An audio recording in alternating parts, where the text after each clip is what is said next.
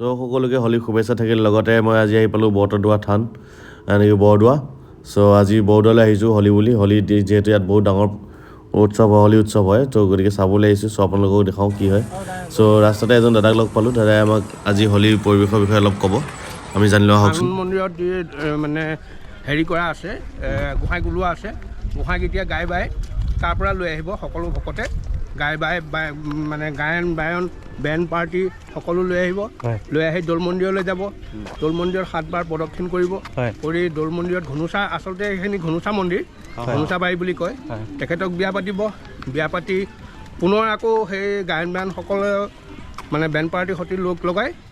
সত্ৰাধিকাৰৰ ঘৰত যাব সত্ৰাধিকাৰে নিমন্ত্ৰণ কৰিছে সত্ৰাধিকাৰৰ ঘৰলৈ গৈ সত্ৰাধিকাৰৰ পৰা আহি গোটেই গাঁও প্ৰদক্ষিণ কৰিব গোটেই গাঁও প্ৰদক্ষিণ কৰি পুনৰ আকৌ নৰুৱা সত্ৰ আছে এয়া হ'ল সলগুৰি সত্ৰ নৰুৱা সত্ৰ সত্ৰাধিকাৰৰ ঘৰত যাব গৈ পুনৰ সন্ধিয়াৰ আগতে তেখেত গৈ পেলাই আকৌ ঘৰত প্ৰৱেশ কৰিব লক্ষীয়ে তেতিয়া মানে অকণমান তাতে অকণমান কাজিয়া পেচাল হয় আৰু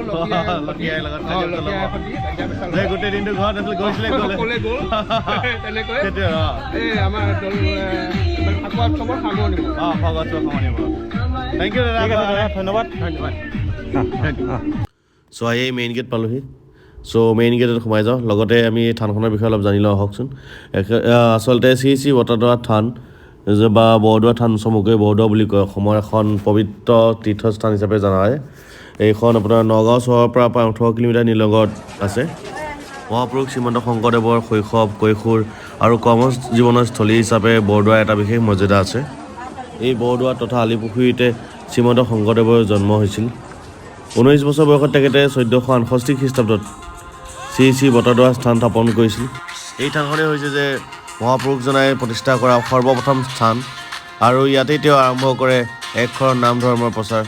আৰু এই থানখনে প্ৰায় 286 বিঘা মাটি আগুৰি আছে তেওঁ জীৱনৰ 12 বছৰ যি তীৰ্থভ্ৰমণ কৰিছিল তীৰ্থভ্ৰমণ কৰি ঘূৰি অহাৰ পাছত তেখেতে এই থানখন নিৰ্মাণ কৰে ইয়াতে আৰু যিটো বৰনামঘৰ আছে সেই বৰনামঘৰতে তেওঁ নিয়মীয়াকৈ নাম পাঠ কৰিছিল তেখেতৰ শিষ্যসকলৰ লগত জানিব পৰা মতে যিটো দৌল মন্দিৰ আছে বৰ্তমান দৌল মন্দিৰটোত এটা আগতে পুখুৰী আছিলে এইটো জীয়া পুখুৰী বুলি কয় চ' শ্ৰীমন্ত শংকৰদেৱে যেতিয়া ইয়াতে নাম ভাওনা কৰে তেওঁ একেলগে তেখেতে এবাৰ 7 দিন 7 ৰাতি এখন নাম ভাওনা কৰিছিল চ' 7 দিন 7 ৰাতি যেতিয়া ভাওনা হৈ আছিলে তেতিয়া এগৰাকী বৃদ্ধ মহিলা মানে মাছ বেপাৰী আছিলে তেখেতে চ' আহি যেতিয়া ভাওনা চাই থাকে তো মাছ তেখেতে বিক্ৰী কৰিব নোৱাৰিছিলে আৰু মাছখিনি তেখেতৰ টোপোলাতে মৰি গেলি গৈছিলে কিন্তু তেখেতে যেতিয়া মাছখিনি নি পেলাই সেই যিটো পুখুৰী আছিলে জীয়া পুখুৰী তাত ধুই দিয়াৰ লগে লগে মাছখিনি হেনো আকৌ জীয়াই গৈছিলে জীয়াই যোৱাৰ কাৰণে তেখেতে বহুত ভাল পাইছিলে আৰু তেখেত আছিলে অকলশৰীয়া চ' তেখেতে গম পাই যে ওচৰত এজন বামুণৰ ল'ৰাক সাপে খুটিয়াইছে সাপে খুটাৰ কাৰণে মৃত্যু হৈছে তো তেখেতে ভাবিলে যেতিয়া মাছখিনি ইয়াত জীয়াই গৈছে চ' ল'ৰাজন আনিলে নিশ্চয় ইয়াতে জীয়াই যাব তো গতিকে তেখেতে কি কৰিলে সেই ল'ৰাজন মাটি খান্দি উলিয়াই আনি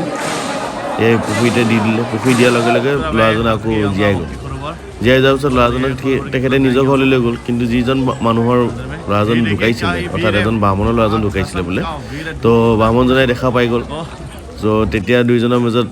তৰ্ক বিতৰ্ক হ'ল যে মোৰ ল'ৰাটো তুমি কেনেকৈ পালা তেখেত ঢুকাইছিলে এনেকৈ কৰি তাৰপিছত সেই যেতিয়া তৰ্ক হয় তাৰপিছতে সেই কাজিয়া পেচালৰ খবৰটো শ্ৰীমন্ত শংকৰদেৱে পাই গ'ল যেতিয়া খবৰ পালে খবৰ পোৱাৰ পিছত তেখেতে ভাবিলে যে এই কথাটো ঠিক নহয় চ' ইয়াতে নিশ্চয় ভৱিষ্যতে প্ৰব্লেম হ'ব তো গতিকে তেখেতে কি কৰিলে ভকতবিলাকৰ লগত লৈ সেই পুখুৰীটো জপাই দি মানে মাটি দি পুতি দি পেলাই আৰু তাতে এটা দৌল মন্দিৰ স্থাপন কৰি দিলে চ' এতিয়া এটা ডাঙৰ পুখুৰী দেখা পাওঁ আমি এই পুখুৰীটোৰ নাম হৈছে আকাশী গংগা চ' এই আকাশী গংগা হোৱাৰ ইয়াত বহুত ডাঙৰ কাহিনী আছে চ' ভকতৰ পানীৰ সমস্যা শেষ কৰিব কাৰণে শংকৰদেৱে বনাইছিলে এই পুখুৰীটো চ' আমি জানিলোঁ আহকচোন ইয়াৰ বিষয়ে শংকৰদেৱে মানে ভকতসকলৰ লগত লগ লাগি এটা পুখুৰী খন্দাৰ ব্যৱস্থা কৰিছিলে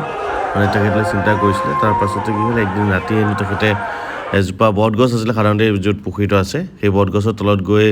গংগা আহ্বান কৰিছিলে চ' গংগা আহ্বান কৰোঁতে তেতিয়া আকাশৰ পৰা মাছে আৰু পানীয়ে একেলগে আহি পেলাই বোলে বটগছজোপা ওপৰত পৰিছিলে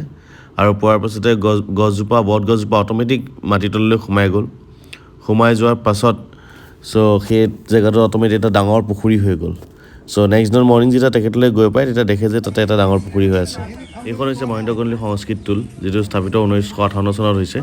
আচলতে তাৰ আগতেই আছিলে এইখন স্কুল হয় বা ইয়াতেই আছিলে আপোনাৰ মহেন্দ্ৰ কন্দলী টোল য'ত নেকি শংকৰদেৱে তেখেতৰ শিক্ষা গ্ৰহণ কৰিছিলে কিন্তু সেই ঠাইটোৰ যাতে এটা স্মৃতি থাকি যাওক সেইকাৰণে 1958 চনত এইখনে নতুনকৈ বনাই দিছে আৰু এই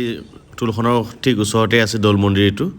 এইটোৱে হৈছে দৌল মন্দিৰ চ' থেংক ইউ সকলোকে মোৰ ভিডিঅ'টো চোৱাৰ বাবে যদি আপোনালোকে নতুন হয় মোৰ চেনেলটো প্লিজ ছাবস্ক্ৰাইব কৰি দিব আৰু লাইক শ্বেয়াৰ কমেণ্ট নিশ্চয় কৰিব আৰু মই কোৱা কথাখিনি যদি কিবা ভুল হয় তেনেহ'লে ক্ষমা কৰি দিব